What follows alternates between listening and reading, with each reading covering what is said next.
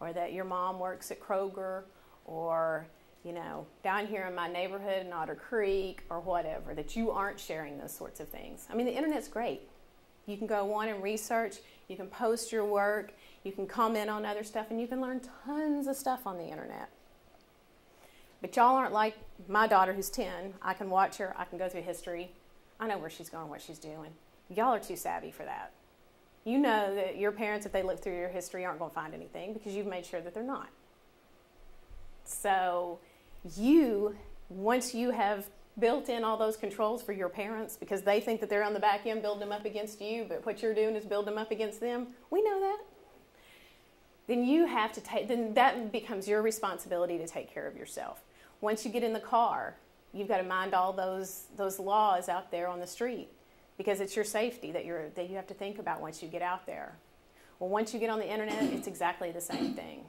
You have to mind all the safety laws and think about yourself and that you're going to stay safe. Because every single day, I see kids from the ages of infants to 17-year-olds, boys and girls, that have been tracked through chats, tracked through social networking sites, tracked through telephone numbers. I go out on MySpace and Facebook and I see where kids are like, I'm bored, somebody text me, and there's their phone number. There's their phone number for 600 million people to use.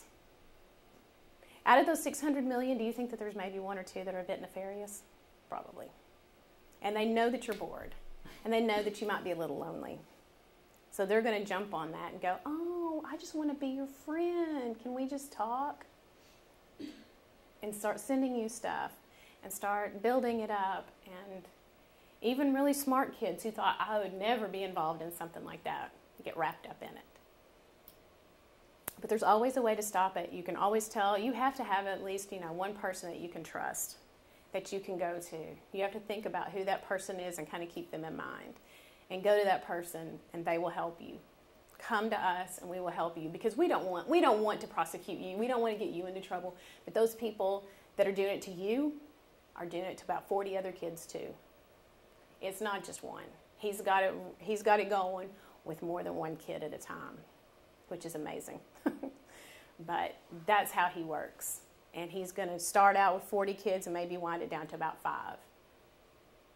And he doesn't care about you. He doesn't care what he does to you. Once you're out of the age range that he likes, he's going to leave you behind and get somebody new. He's never going to develop a relationship with you. He's never going to marry you. He's never going to take you to someplace better than what your parents can provide for you. And then even if you're not wrapped up in some kind of criminal sort of thing, emotionally, that's going to be very, very difficult for you to get over. It's going to mess up your trust issues. It's going to mess up your self-esteem. It's going to mess up being able to develop real healthy relationships in the future. And Lord knows that even healthy relationships are difficult, huh?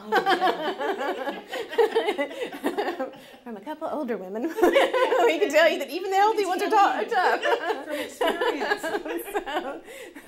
So, yeah, we want you to develop. I mean, right now, it's just, to be almost going to college and all that. You just got everything just ready to go, and you just don't want to mess it up then. You might mess it up later, but you'll have more skills, and you'll be able to take care of yourself better as you get older than what you've got going on now as a young person. And I know y'all feel older now because you're not young, but it is a time that you're grown, aren't you? You are. And you've got to learn how to take care of yourself. And we didn't have to deal with that so much when we were your age. We didn't have we didn't have the avenues for people to make contact with us like y'all do now. We didn't have to worry about that. I mean, we had a landline and a payphone at college. We didn't have cell phones. We had no way for these long distance calls. God, those are too expensive. But y'all now have this thing that we never had to worry about. And even at our age, when we get on Facebook and things like that, I mean, I know plenty of grown people that don't watch what they do and make sure of their privacy and, don't understand that all this information can all eventually get out and ruin your life too. But, I see it every day. I mean, it's just part of my daily life to know exactly what's going on with your population. And it's very frustrating to me And we try to go out as much as possible. My division funds, the Attorney General's office, we make contact with about 30,000 people a year in all of our outreach, but that doesn't stop people. But the more knowledge you have and the more you know about how things work too, the more you can protect yourself. And since you're Girl Scouts and y'all are out to help folks, kind of keep your eyes open. See what your friends are doing. If you feel like one of your friends is being swept up into something like that, I mean, I hope that you will reach out to them. It's not just about yourself, but reach out to them, make sure they're safe, make sure they're doing what they should be doing, because we don't really want y'all in trouble. We do not want to take y'all to court. We do not want to do all those things with you. But if you're out of control, we don't have a choice. But if someone can stop, put on the brakes, get some help, get people involved, then, maybe they won't go down the dark road. Is there any questions or anything like that?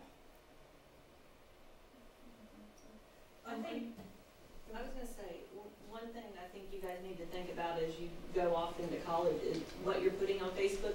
There are employers now who are actually going on Facebook. Are you guys going to talk about that? Employers who go on Facebook to look to see what you've got posted, and I belong to some HR blogs, and they will say, I'm not hiring this person because of some pictures they have, I was at this party, and my boss is friends with all of us on Facebook, and she watches us. So, I mean, in some ways it's not fair. Both of my bosses, yeah.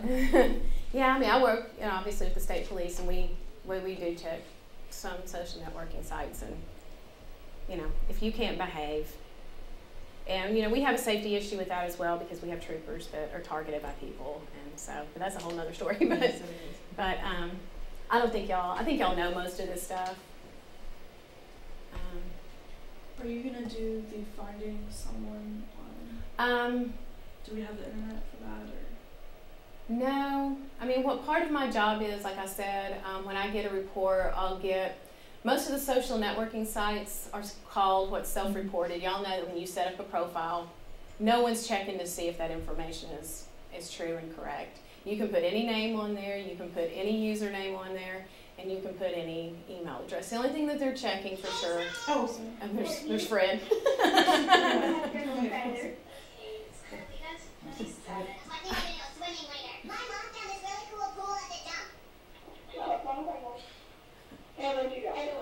It's okay.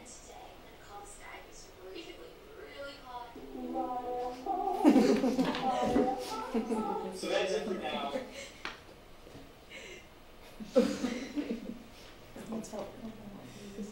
Okay.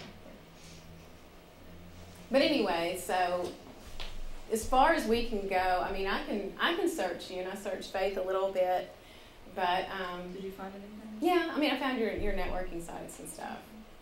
But if you search me, you'll find, I think, my social networking site, and you'll find some court reports from cases that I did.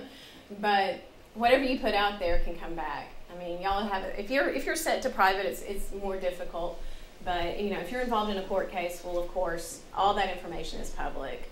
If I've found kids through, and to a certain degree, you don't have control over this, but I have found kids through their school has posted their times in track when they went to a track meet.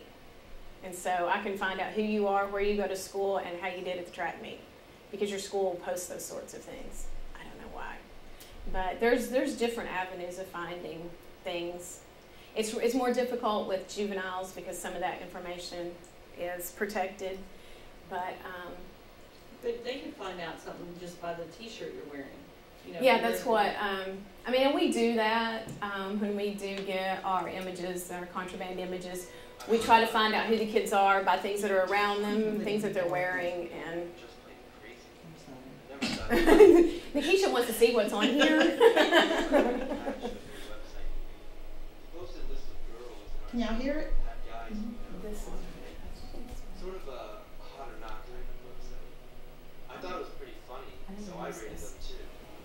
We had a good laugh. I thought that was the end of it. Next day, everyone at school was talking about it. He sent out to the whole school to see it. I could tell a couple girls had been crying. I knew it was because of what the guy